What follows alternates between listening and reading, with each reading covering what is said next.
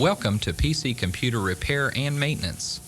This presentation will demonstrate various common personal computer failures and the most likely solutions to correct them. The instruction to follow assumes that your computer was functioning properly before the failure occurred. For problems encountered during the initial assembly and configuration, we would suggest viewing IBM-compatible computer assembly. This presentation covers how to properly assemble a machine from the motherboard up. Let's have a look at the topics we'll be discussing today. We'll start with PC power supplies and discuss lost and low voltages and replacement of the cooling fan. Next, we'll spend some time on problems with the motherboard. Our discussion will cover, among other issues, RAM problems, battery replacement, and slot connectors. We'll then move on to hard disk problems, including controller and cable problems. Following that, we'll demonstrate the proper way to clean and lubricate floppy disk drives. The last section will concern screen errors, what they indicate, and what to do about them. In this video presentation today, we'll be discussing two different computer types. The first is an older 386 40 MHz model, and the last is a 486 DX 66 MHz model. PCs are highly susceptible to static electricity damage. We suggest that you prepare the workplace with an anti-static material. Remove all watches and rings. We also highly suggest the use of an anti-static wrist strap. You can place it around your wrist or around your ankle and attach the other end to a good ground source.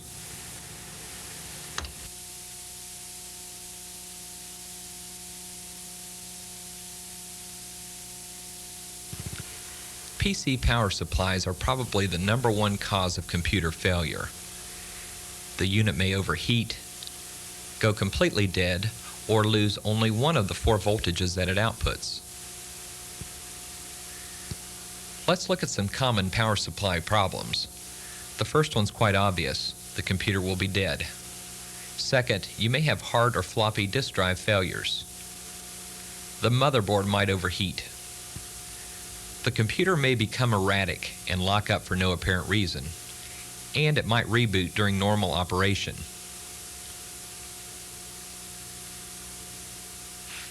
Let's first have a look at how to remove the power supply. On the rear of the computer, you'll find 4 screws. Start by taking these out.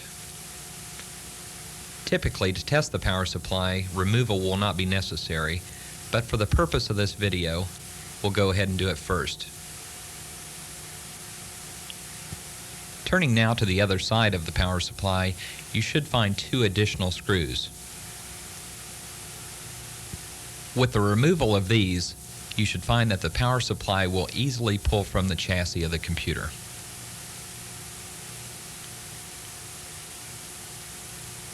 We're now looking at the motherboard power supply connectors identified P8 and P9. These connectors supply 4 different voltages to the motherboard. If one or more of these voltages are lost, the computer will fail to operate. The connectors which supply power to the peripheral devices, such as floppy disk drives, contain 3 different voltages. And once again, if one or more are lost, the device will fail to operate.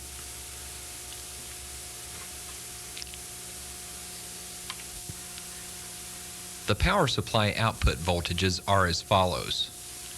For the P8 connector, both black wires are ground. The blue wire is -12 volts DC. The yellow wire plus 12 volts DC. Both the red and the orange wires are plus 5 volts DC.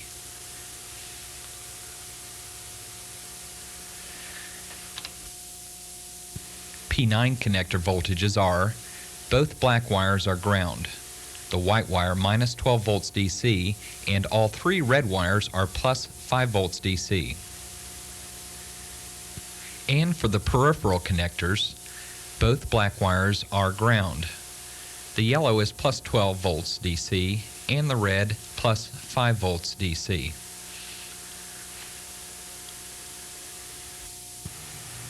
The power supply voltages can be tested with most any common VOM. Let's first look at one of the peripheral connectors. The center 2 wires are black. Insert the negative probe into one of the black sockets. Looking at the yellow wire, we'll notice it has 11.38 volts. Typically, a reading of plus or minus 1 volt is acceptable. There should not be any voltage present between the 2 black wires. And when we test the red wire, we see we have a good solid 5 volts.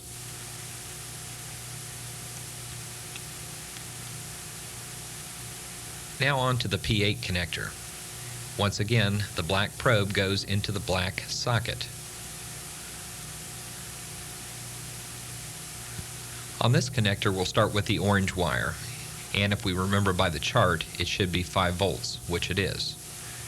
The wire next to it is the red wire, which was also 5 volts. Even though we had a good 5 volts coming from the orange wire and also from the red wire on the peripheral connector, there is no voltage present here. Checking the minus 12 volt line or blue wire indicates that it's about 2 volts low. Let's have a look at what could be causing some of these problems. To troubleshoot the power supply, it will be necessary to remove the cover, and in doing so, make sure you're not exposed to high voltages. Always unplug the power supply before servicing.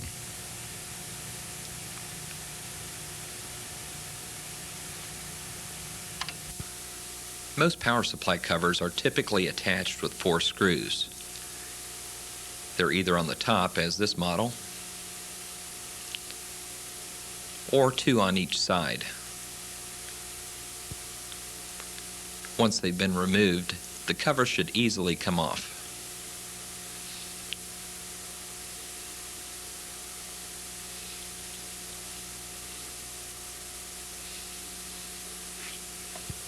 Let's now identify 4 components within the power supply that are prone to failure. The first is the fuse. Next, the DC cooling fan, the 2 large capacitors shown here, and the rectifier.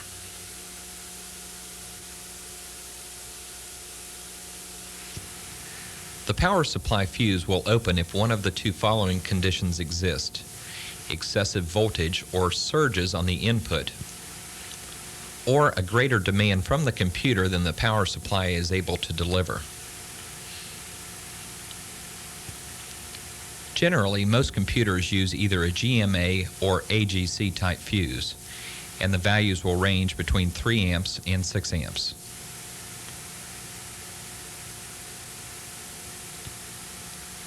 The power supply fan is one of the most critical components in your computer.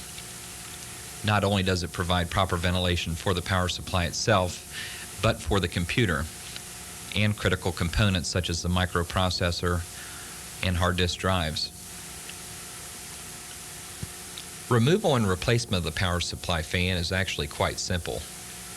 Detach any wires from the back.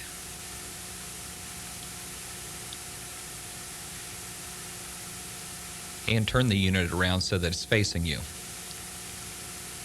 Typically, you'll find 4 self-tapping screws on the rear.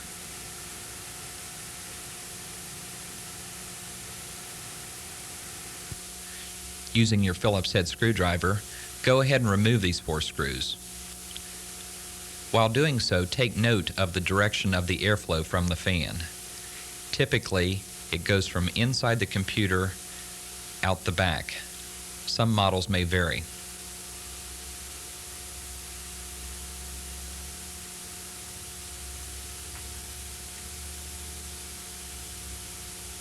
And once the 4 screws are out, the fan should easily be removed.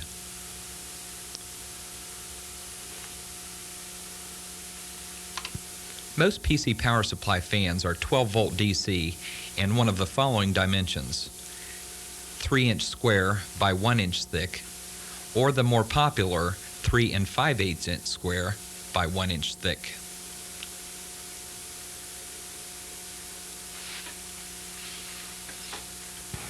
The cooling fan is typically soldered directly to the PC board. Desolder the leads on the opposite side, taking note of the polarity. A reverse polarity will cause the fan to blow backwards.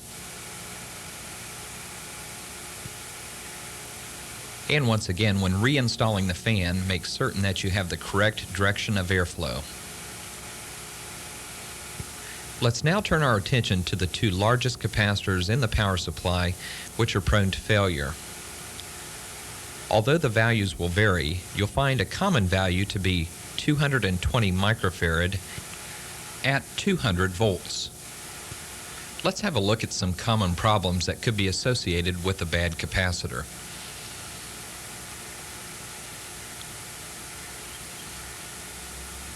First, if the capacitor is leaking, you may have erratic or fluctuating voltages coming from the power supply.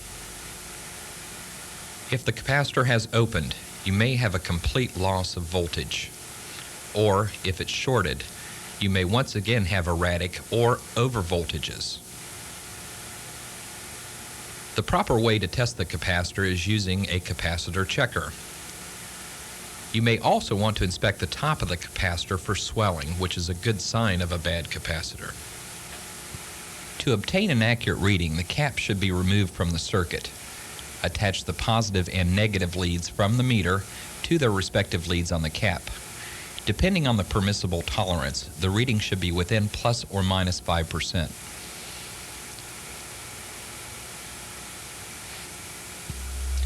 The last component of interest is the rectifier or bridge. This device converts the AC input to a DC output. If the rectifier fails in a power supply, you can expect a complete loss of all 4 output voltages and a dead power supply fan. Let's have a look at a commonly used rectifier in PCs. This is an ECG or NTE equivalent number 169. It's found in many PCs, but obviously each PC is different, so consult with your service manual. The rectifier pinouts are as follows. The 2 center pins are the AC in. There is no polarity. The outside 2 pins are the DC out, the right pin being negative and the left pin being the positive. The best way to test the rectifier is by first removing it from the circuit. Using a simple multimeter, do the following. Attach the negative lead from the meter to the negative pin on the rectifier and the positive to the positive lead. There should be no resistance.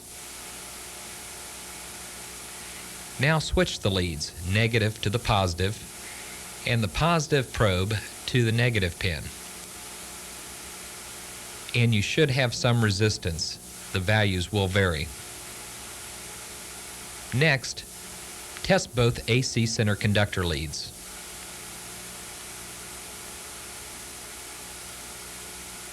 No matter which direction you test them, there should be no resistance. And if there is, you can suspect you have a bad regulator.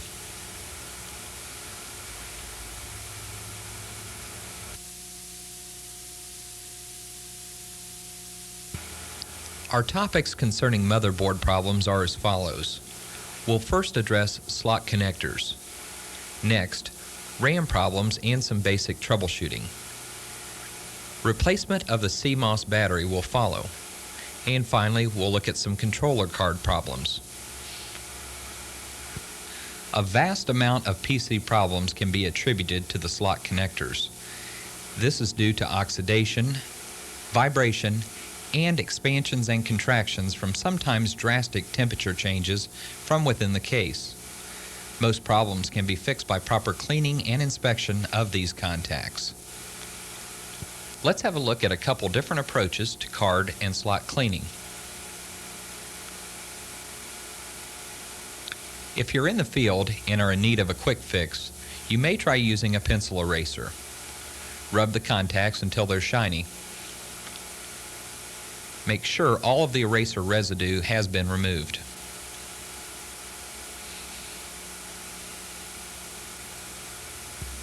A more proper way to clean the contacts is by using a burnishing tool and some cleaning fluid. You may find an aerosol fluid to do a more thorough job.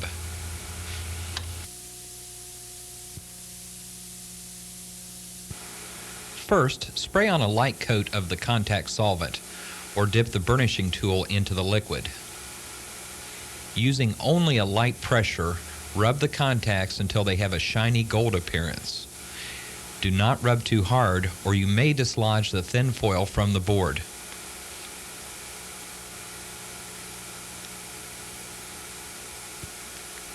Be extremely careful not to scrape the tool against the connecting traces above the contacts, as they are only as thick as a few human hairs. When your job is complete, the contacts should appear as those on the left side of this connector. Before reinserting the card, clean the slot connectors as well using a burnishing tool and fluid.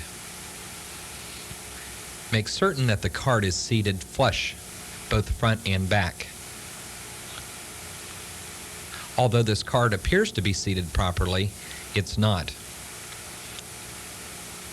A close-up view of the rear shows that there doesn't appear to be any problems.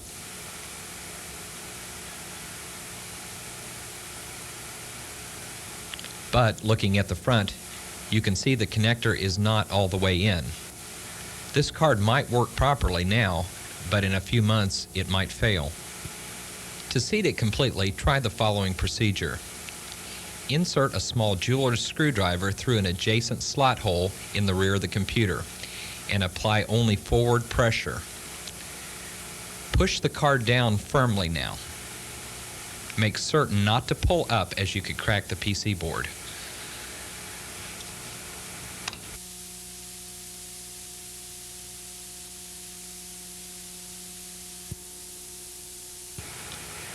RAM problems can be quite difficult to diagnose and troubleshoot. The modules themselves are generally not economical to repair. The most common cause of RAM failure is static electricity. A module or modules can be destroyed by simply touching the case, especially when the computer is off. The most common symptom of a defective RAM module is a program will lock up during normal operation, always at the same point. Software will work properly on another computer system. A static damage module typically does not completely fail. Only a portion of the memory will be dead. When the software calls up an instruction to be executed at a particular memory address, and it is bad, the CPU will lock up if the integrity of the data is not certain. A simple but effective way to determine if a module has a bad address is to swap the order in which the SIMs are seated. First, remove all the modules and lay them out on the table in the order that you remove them.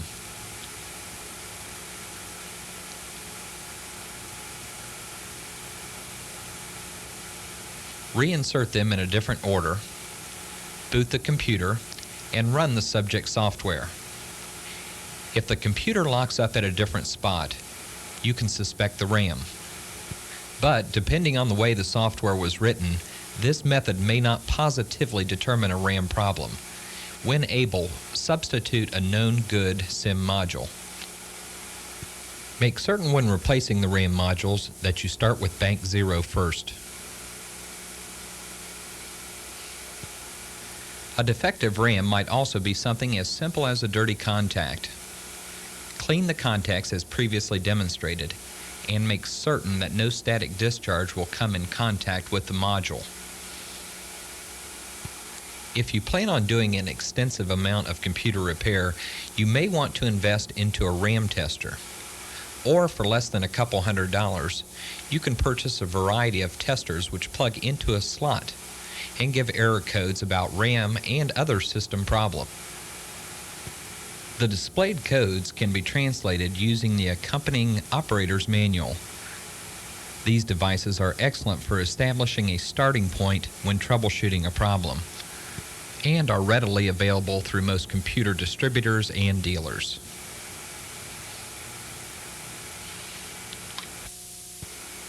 We'll now turn our attention to the replacement of a typical motherboard battery. You'll usually find this to be a nickel-cadmium rechargeable 3.6 volt style. Some motherboards might contain a lithium cell, which is not rechargeable. The average life expectancy of the NiCad is about 5 to 6 years, and the lithium is about 4 years.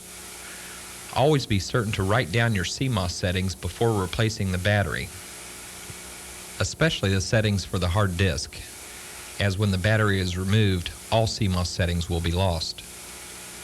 A bottom view of the motherboard reveals the desoldering points. Many motherboards do not label the positive and negative points, so check the polarity before you remove it. Replace the battery with one that has the exact same voltage and milliamp ratings. You may elect to replace the soldered-in battery with an external battery pack. Consult with your motherboard manual for acceptable substitutes. Near the PC-mounted battery, you will find a connector, typically labeled EXT or external battery.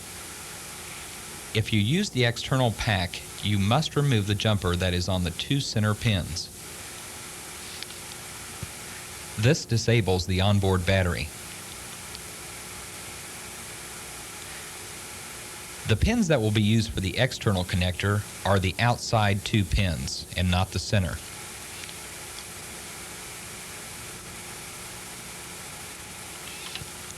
Observing proper polarity, slide the 4-pin external connector into place.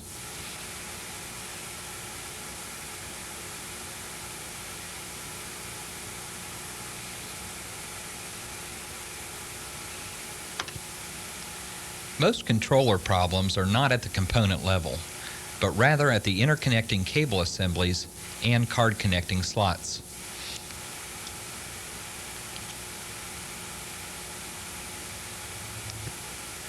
A loose connector can cause a variety of problems, but usually only affects the device that it is connected to. When a particular device is not functioning properly, first check to ensure that the cable has not vibrated loose and causing only a partial connection of the necessary wires. Closely inspect all connecting pins on the device card to ensure that none are bent or broken. Check the opposite side of the board for cold solder joints where the pins connect. When replacing the cable, don't forget to mate pin 1 on the card with the color-coded stripe on the ribbon cable. Reversing the cable can cause damage to both the card and the device attached. Although device cables are relatively inexpensive, you may need to repair one if a cable is not readily available and if you need to get a computer up and running. Reseating the connectors on the cable will work in most cases. You will need a jeweler's screwdriver and a pair of flat-tip pliers. First, remove the cable strain relief by prying up on the connector side.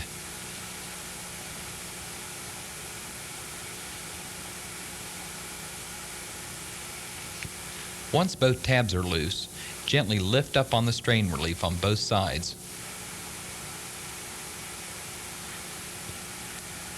The problems generally originate from the tiny scissors taps shown here.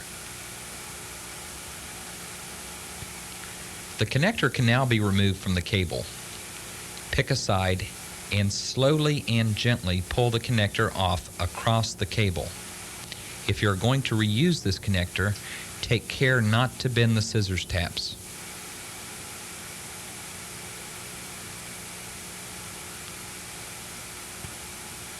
You can now see that every other pin taps offset from the one next to it. Now, pick a spot as close as possible to where the other was removed. Do not reuse the old holes. Be certain that the connectors are lined up perfectly and attach the strain relief.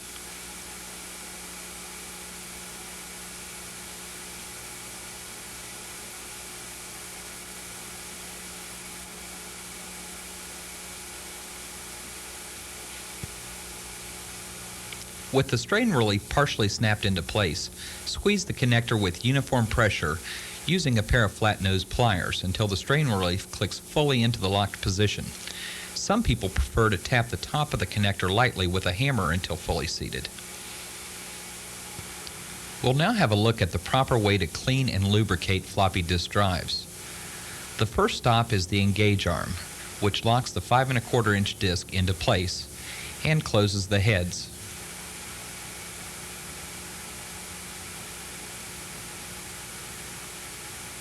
Lubricate this area with hydrocarbon type grease.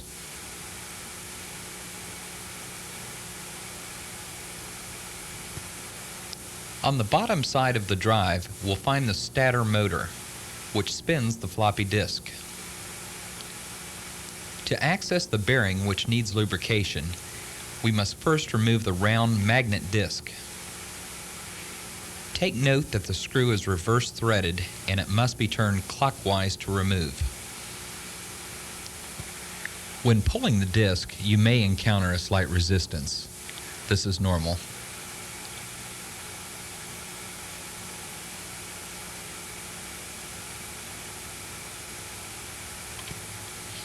Using a precision oiling device, apply only a tiny amount to the bearing ring.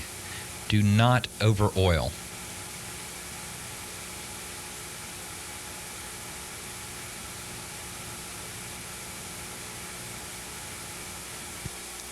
Beside the stator motor, you'll see the guide arm for the heads.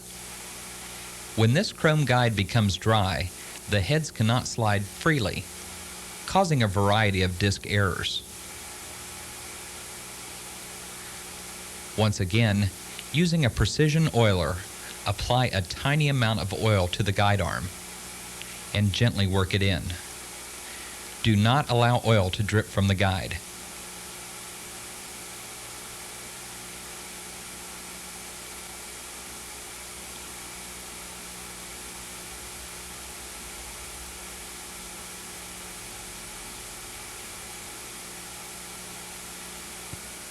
As previously displayed, clean the connector on the back of the drive.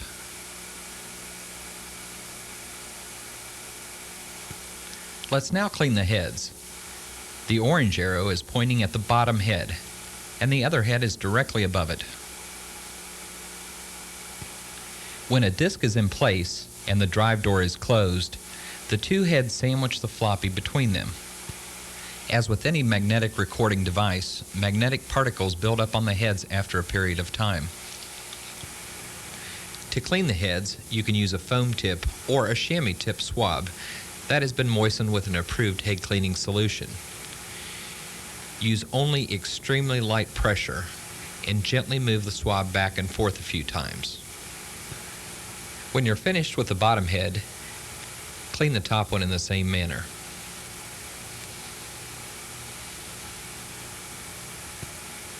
To ensure that no cleaning debris has been left behind, spray the heads and the area around the heads with some compressed air.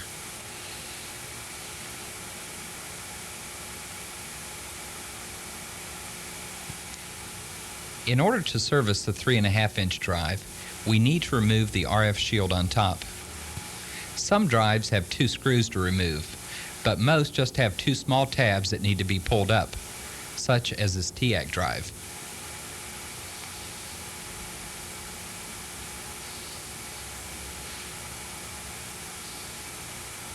For the drive, we can see a small worm rod, which actuates the heads.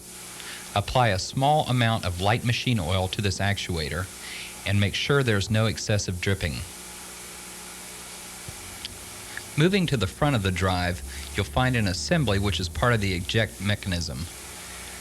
You should see evidence of grease from the factory, and if most of it appears to be gone, apply some hydrocarbon to this area and work it in with a swab.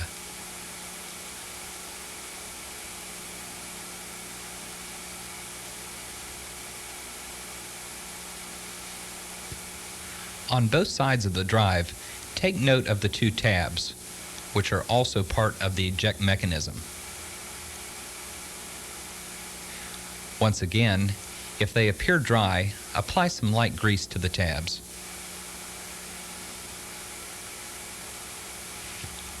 With the drive inverted, you should locate 4 screws, which hold down the stator motor and some other components. The screws have standard threads, so turn them counterclockwise to remove.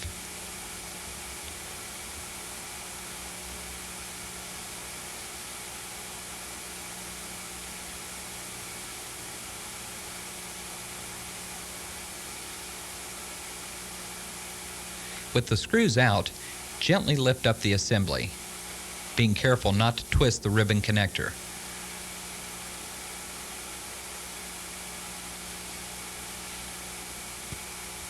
The stator motor that spins the floppy is now exposed. Lubrication of this area is not necessary.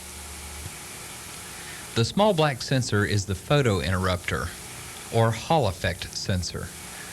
This sensor monitors and sets the speed of the floppy rotation.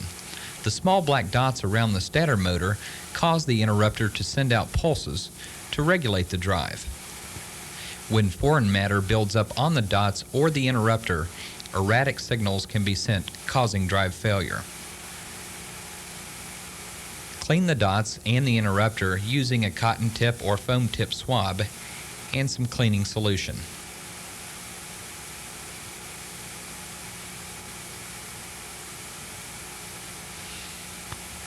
Cleaning the 3.5-inch heads is quite similar to the 5 1/4.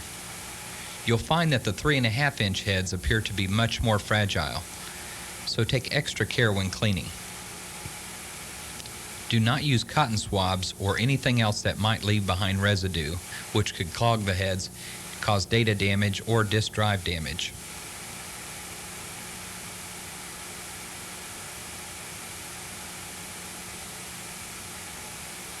When cleaning the upper head, you may want to support it with your finger.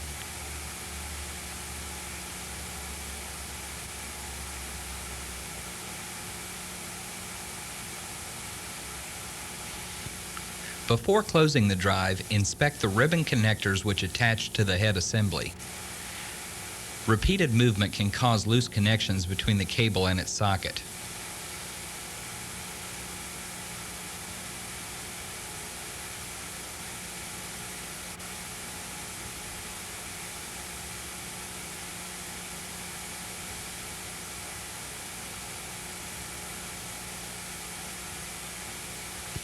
Hard disk drives are environmentally sealed and therefore not serviceable outside the factory. Over 75% of hard disk problems can be attributed to CMOS or to software. Be sure to check your connections, both to the hard disk and to the controller. Try switching power connectors.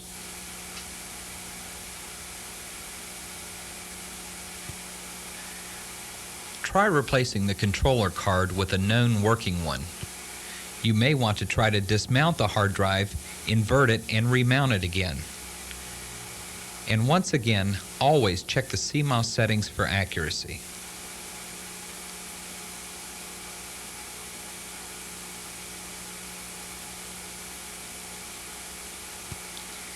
If you're convinced the hard drive is bad and it's not economical to be repaired, here are some last resorts before disposing of a hard disk. We emphasize these are last resorts. Try doing a low-level format.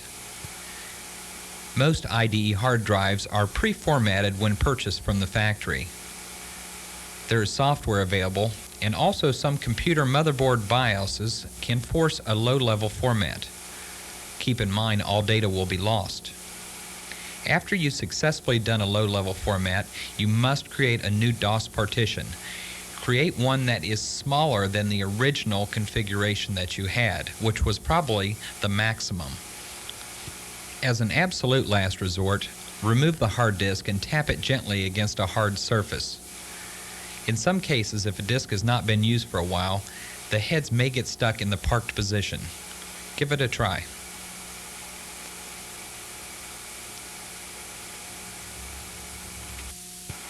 We're now going to leave you with some popular screen errors that you may encounter from time to time. Keep in mind that there are literally hundreds of errors, and we could not possibly have the time to cover them all. We hope that you've enjoyed this program and bid you good luck with repairing IBM-compatible PCs.